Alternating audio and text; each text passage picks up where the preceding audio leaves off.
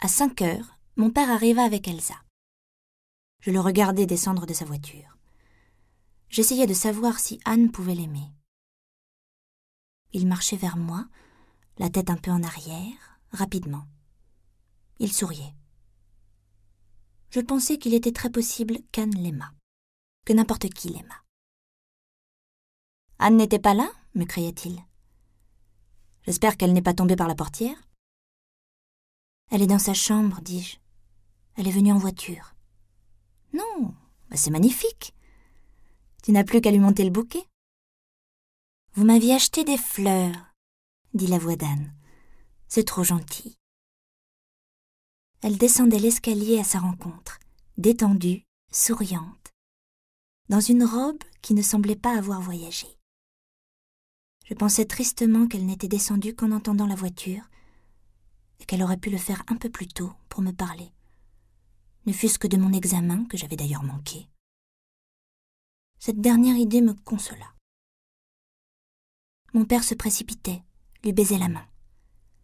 J'ai passé un quart d'heure sur le quai de la gare avec ce bouquet de fleurs au bout des bras et un sourire stupide aux lèvres. Dieu merci, vous êtes là. Connaissez-vous Elsa Mackenbourg ?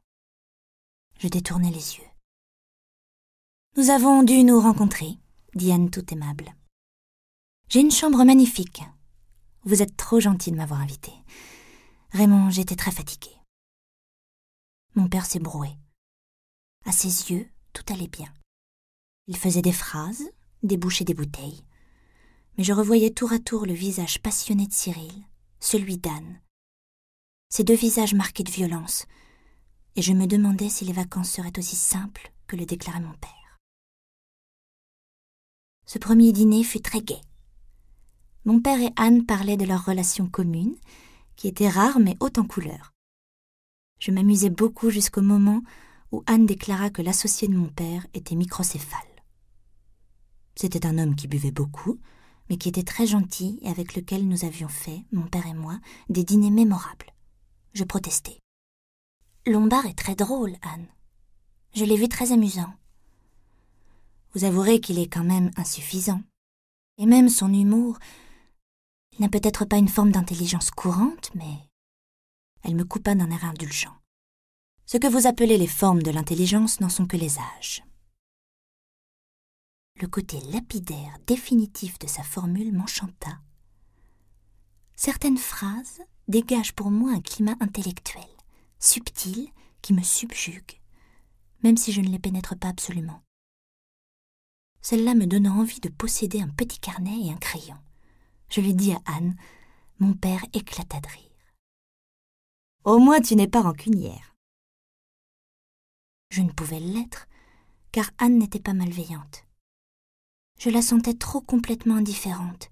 Ses jugements n'avaient pas cette précision, ce côté aigu de la méchanceté. Il n'en était que plus accablant.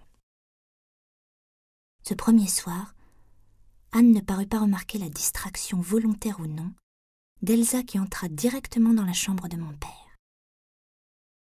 Elle m'avait apporté un chandail de sa collection, mais ne me laissa pas la remercier.